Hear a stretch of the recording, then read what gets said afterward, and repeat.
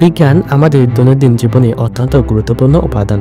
বিজ্ঞানের কিছু আবিষ্কার যেমন মানুষের জটিল ও কঠিন রোগের সমাধান করেছে, তেমনি কিছু আবিষ্কার মানব সভ্যতার জন্য ডেকে এনেছে বিপর্যয়। মানব সংকটমূলক কিছু আবিষ্কারের মধ্যে পারমাণবিক বোমা অন্যতম। এর ইতিহাস দেখায় যে বিজ্ঞান যেমন উন্নয়ন করতে পারে, তেমনি ভয়াবহ ধ্বংস ডেকে আনতে পারে।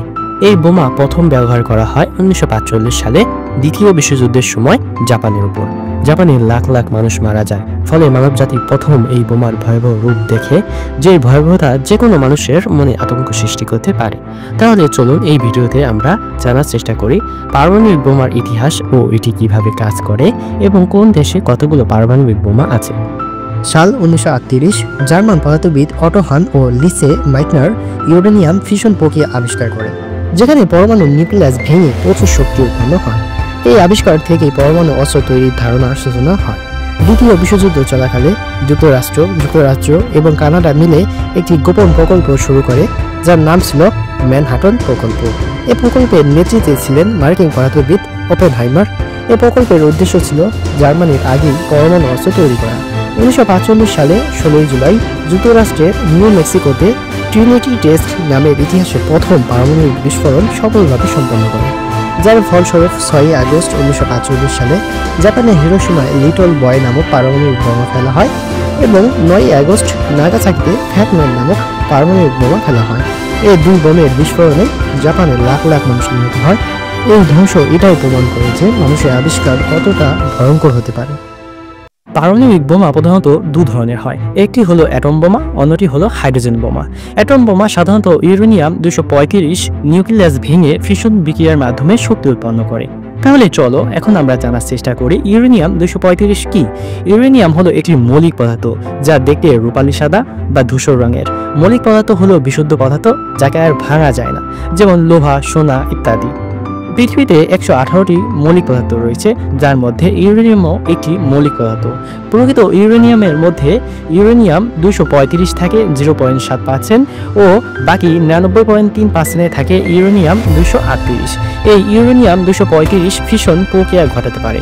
ফিশন প্রক্রিয়া হলো একটি পারমাণবিক প্রক্রিয়া যেখানে ইউরেনিয়াম 235-এর মতো ভারী একটি পরমাণু নিউট্রন দ্বারা আঘাতপ্রাপ্ত হয়ে দুটি হালকা পরমাণুতে বিভক্ত হয়, যেখানে প্রচুর শক্তি উৎপন্ন হয়। সহজ কথায় বলতে গেলে, আমরা যখন একটা ইটকে হাতুড়ির আঘাতে দুভাগে বিভক্ত করি, তেমনি ইউরেনিয়াম 235 নিউটনের আঘাতে দুটি পরমাণুতে বিভক্ত হয় এবং বিভক্ত হওয়ার সময় প্রায় 200 মিলিয়ন ইলেকট্রোভোল্ট উৎপন্ন করে। এই প্রক্রিয়ায় নির্গত নিউট্রন আবার ইউরেনিয়াম 235-কে আঘাত করে, যার ফলে চেইন রিঅ্যাকশন তৈরি হয়, যেখানে প্রচুর শক্তি নির্গত হয়। এইভাবে অ্যাটম বোমা হয়ে ওঠে মানব বিধ্বংসী অস্ত্র। অপরদিকে হাইড্রোজেন বোমা দুটি ধাপে কাজ করে থাকে। প্রথম ধাপে ফিশন প্রক্রিয়া ঘটে তথা একটি ছোট অ্যাটম বোমার বিস্ফোরণ ঘটানো হয়, যার ফলে প্রচুর তাপ ও চাপ সৃষ্টি হয়। ও দ্বিতীয় ধাপে ঘটে ফিশন রিঅ্যাকশন তথা প্রথম ধাপে তাপ ও চাপে হাইড্রোজেনের আইসোটোপ ডিউটেরিয়াম ও ট্রিটিয়াম মিলিত হয়ে হিলিয়াম তৈরি করে। এই সংযুক্তির ফলে সৃষ্টি হয় বিশাল পরিমাণ শক্তি। সহজ কথায় হাইড্রোজেন বোমা হলো দুটি বোমার সংযুক্তি, যেখানে একটি বোমার প্রভাবে অন্য একটি বোম বিস্ফোরিত হয়। এই বোমার শক্তি এতই যে কোনো বড় শহরকে কয়েক সেকেন্ডেই পুরোপুরি ধ্বংস করতে সক্ষম। এই বোমা বিস্ফোরণের ফলে প্রচুর নিউট্রন ও গামা রশ্মি ছড়ায়, যা আশেপাশে ভয়াবহ ধ্বংস ডেকে আনে। চলো এখন আমরা জানার চেষ্টা করি কোন দেশে কতগুলো পারমাণবিক অস্ত্র আছে। পারমাণবিক অস্ত্রের কথায় প্রথমেই আসে যুক্তরাষ্ট্রের নাম।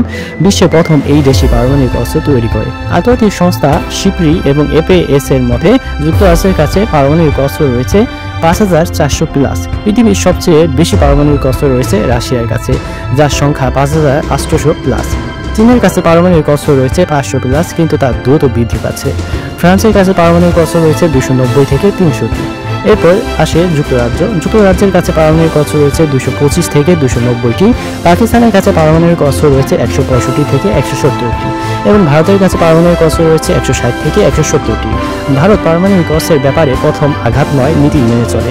ইসরায়েলের কাছে পারমাণবিক অস্ত্র আছে 90 থেকে 100টি, কিন্তু তারা তা অস্বীকার করে। উত্তর কোরিয়ার কাছে পারমাণবিক অস্ত্র রয়েছে আনুমানিক 30 থেকে 50টি, যা সম্পূর্ণ নিশ্চিত নয়। এখন পর্যন্ত তথ্য অনুযায়ী উল্লেখিত দেশগুলোর কাছেই পারমাণবিক অস্ত্র রয়েছে। বেশিরভাগ দেশ এই অস্ত্রকে প্রতিরক্ষার চূড়ান্ত হাতিয়ার হিসেবে ব্যবহার করে। এই বোমা বন্ধের লক্ষ্যে বিভিন্ন আন্তর্জাতিক চুক্তি হয়, যার মধ্যে অন্যতম হচ্ছে এনপিটি ও সিটিবিটি। বিভিন্ন দেশ এই চুক্তিকে স্বাক্ষর না করায় তা আজও বাস্তবায়িত হয়নি। আজও মানবজাতি এই বোমার হুমকির মুখে রয়েছে, যে বোমা মানুষের অস্তিত্বকে পৃথিবীর বুক থেকে মুছে ফেলতে পারে। এই প্রভাবে শুধু তাৎক্ষণিক ধ্বংস নয়, দীর্ঘমেয়াদী পরিবেশগত, স্বাস্থ্যগত ও সামাজিক বিপর্যয় ঘটে। এই বোমার বিস্ফোরণের ফলে সৃষ্ট রেডিয়েশন ক্যান্সার, জন্মগত ত্রুটি এবং দীর্ঘমেয়াদী রোগ সৃষ্টি হতে পারে। এই অস্ত্র থেকে বাঁচতে হলে চাই বিশ্বব্যাপী ঐক্য, দায়িত্বশীল নেতৃত্ব, শিক্ষিত ও সচেতন নাগরিক সমাজ।